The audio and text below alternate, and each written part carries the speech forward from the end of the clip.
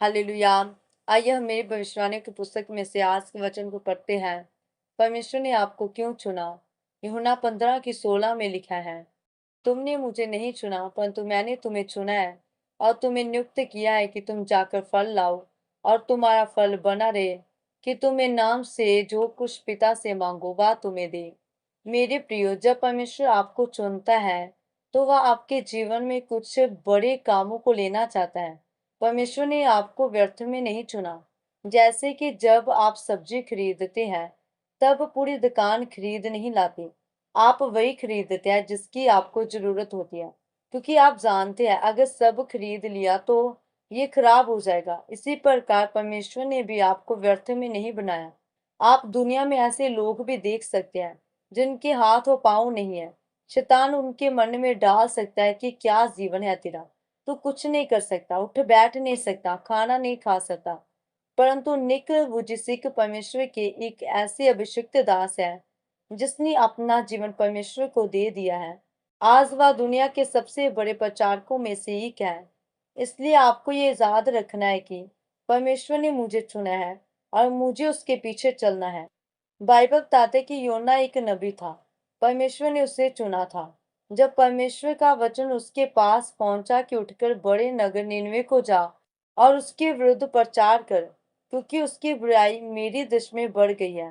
परंतु योना परमेश्वर के सम्मुख से तर्शीश को भाग गया। इस कारण समुद्र में प्रचंड आंधी चली और उसके साथ जो लोग जहाज में थे वे डर गए। परंतु योना जहाज के निचले भाग में सो रहा था। तब माजी उसके निकट आई और उससे कहने लगे कि तू गहरी नींद में पड़ा हुआ क्या करता है? उठ, अपने देवता की दुहाई दे। तब उन्होंने चिट्ठी डालने की योजना बनाई कि किस कारण आंधी तूफान आया है। जब चिट्ठी डाली गई तो वह योना के नाम पर निकली। तब सब पूछने लगे कि हमें बता कि किसके कारण ये विपत्ति हम पर पड़ी है, तू कहाँ से आया है? तब योना ने कहा, मैं इब्री हूँ और स्वर्ग के परमेश्वर यहोवा जिसने जल और सथल दोनों को बनाया है उसी का बैर मानता हूँ। तब वे सब डर गए और कहने लगे, अब हम क्या करें?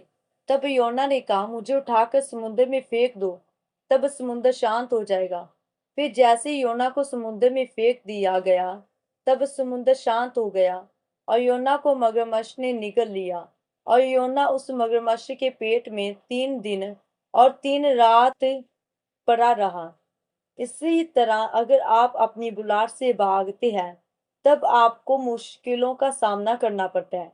परंतु उस समय आपको याद रखना है कि परमेश्वर की योजना मेरे जीवन में बड़ी है और मुझे परमेश्वर में अड़े और खड़े रहना है, भागना नहीं है। जब मैं बीमार था तब ठीक नहीं हो पा रहा था। उस समय जो विश्वासी में साथ थे वे मुझे वचन के द्वारा समझाते थे कि परमेश्वर सब कुछ करने वाला है और तुझे इस बीमारी से आजाद कर सकता है। लेकिन उस समय मुझे ऐसा लगता था कि ये लोग मुझे इसलिए बोल रहे हैं कि मैं प्रभु में बना रहूं। उस समय मैं प्रभु में अड़ा और खड़ा रहा। इस कारण परमेश्वर ने मुझे उस बीमारी से चंगाई दी। जिस तरह से हम देखते हैं कि जब आंधी तूफान आती है तब पेड़ बना रहता है, क्योंकि उसकी जड़ मजबूत रहती है। इस कारण वह गिर नहीं सकता। इसी तरह से उस समय मेरी जड़ परमेश्वर में मजबूत थी। मेरे प्रियो, याद रखिए कि परमेश्वर ने आपको चुना है ताकि वह आपके जीवन से बड़े कामों को कर सके। इसलिए अब आपको अपने जीवन की हर एक परिस्थिति में परमेश्वर के साथ वफादार रहना और उसमें अड़े और खड़े रहना है। आमीन। आइए हम मिलकर अंगीकार करते हैं। सर्वशक्तिमान परमेश्वर, इस वचन के लिए मैं आपका धन्यवाद करती हूँ। मैं अंगीकार करती हूँ कि आज से मैं अपने जीवन की हर एक परिस्थिति में आप में अड़ी और खड़ी रहूंगी और आपकी महिमा करूंगी। आपकी दया मुझ पर हो, प्रभु यीशु मसीह के सामर्थी नाम में आमीन।